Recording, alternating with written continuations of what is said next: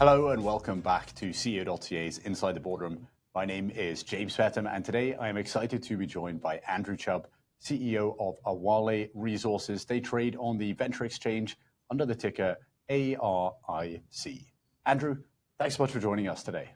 Hi, James. Real pleasure to be here. So let's get right into it. Today, you announced some high-grade results from the Odienné Project. Walk us through what are you seeing there? It's excellent follow-up to the other high-grade results that we put out in March, and then again a few months ago. So we've actually now got three of the highest intercepts in the last 12 months in Africa. Which is really great for an early stage exploration target. So the Charger Zone we keep building on and building our understanding of that target, and we've also come up with a new model for the mineralization and how the mineralization is hosted, and it appears to be hosted in a folded system. And which is interesting because we broadly looked at a folded system early in the piece, but so now with the further drilling that we've done, we've been able to come back to that model, and subsequent drilling will be further defining that model. Great. And in terms of how your understanding has evolved over the course of this latest exploration program, I guess can you maybe wind us back to the start of the program and maybe tell us how this new information has changed your understanding of the system? Yeah, so we think we can pin down or start to pin down where the high grade is.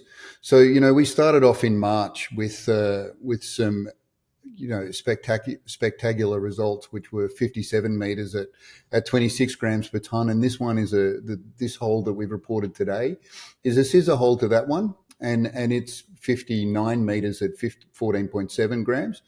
And then we had a step across and it was 26 meters at 20. So those we believe are all hosted in the same fold hinge.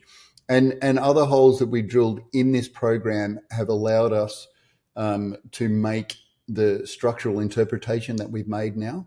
And so now we're really drilling down on those new ideas and getting ourselves ready, planning up another program which will start in December at the Charger target.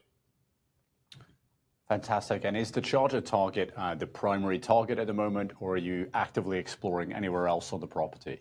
Oh no, we've got multiple targets within the property, and so the last drill campaign we drilled at the BMM target as well, which we've talked about quite a lot too, and we've got a few more results. Like there's 2 more holes to report for BMM, and that will be hitting the market shortly as well. And we have actually just recently started drilling again at BMM.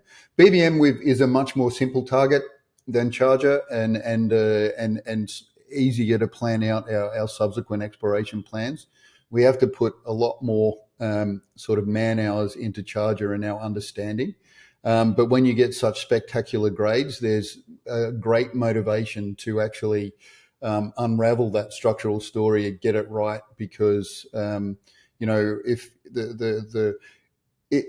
if you have these fold hinges, if you imagine them like a cylinder in a fold hinge, and we've probably got multiple, we think we've got the chance of multiple stacked hinges, then if you have a cylinder that's 50 meters in diameter and you're running at 15 grams per ton, every 100 meters you've got at least 250,000 ounces within something like that. So there is significant motivation to get the structure right and start to pin down.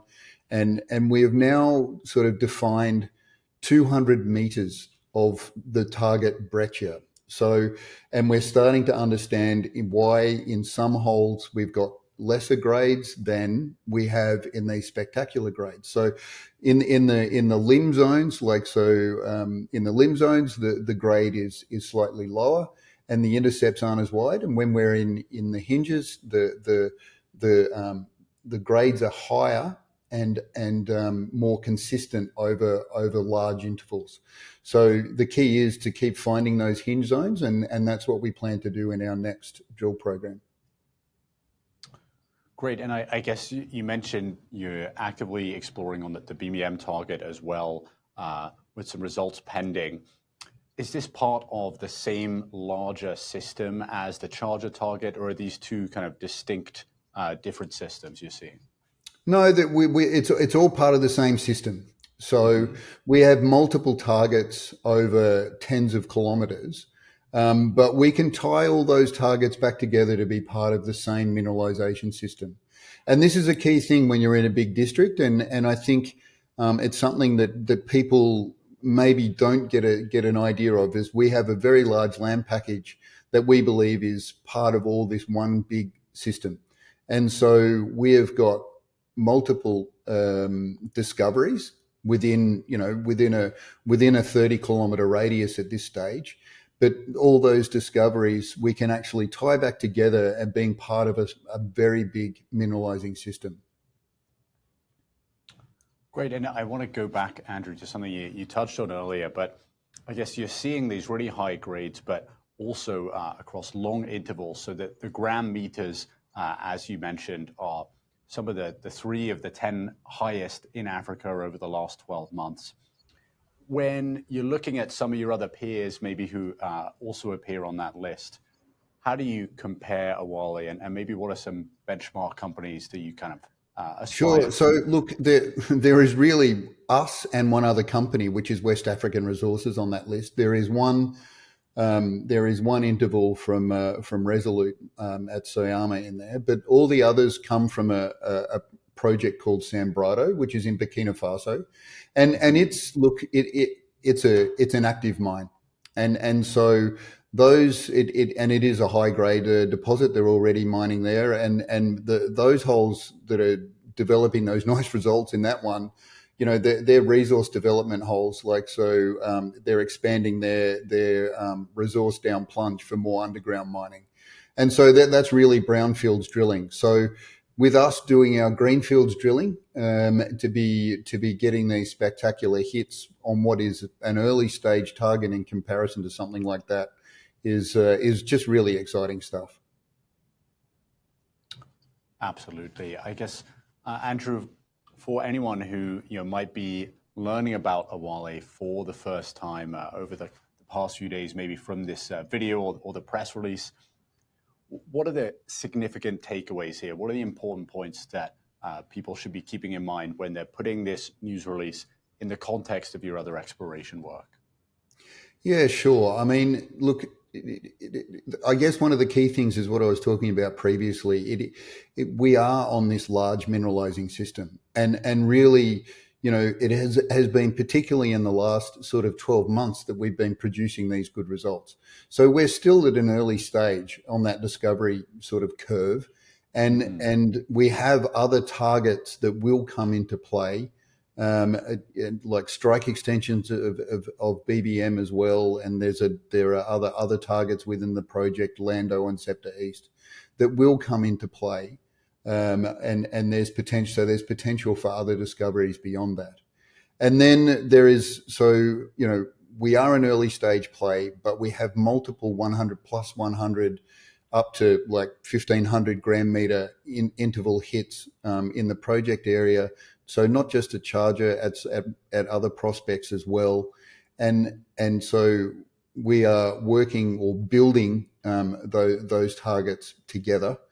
And we also have a fantastic joint venture partner with Newmont, and they're spending money on the project and earning in. So we've got non-dilutionary expenditure on the joint venture, but we've also got another 1,700 square kilometers of 100% Awalé land, which we've just started exploring, and we had some early stage, really interesting geochemistry from a long strike from that BBM target just a few weeks ago. So, it is still early days for us. I think we've really taken the project rapidly in the last 9 to 12 months, and we'll continue to. We're expecting, we've got large budgets to spend for both ourselves on the 100% land, and then we're expecting a budget increase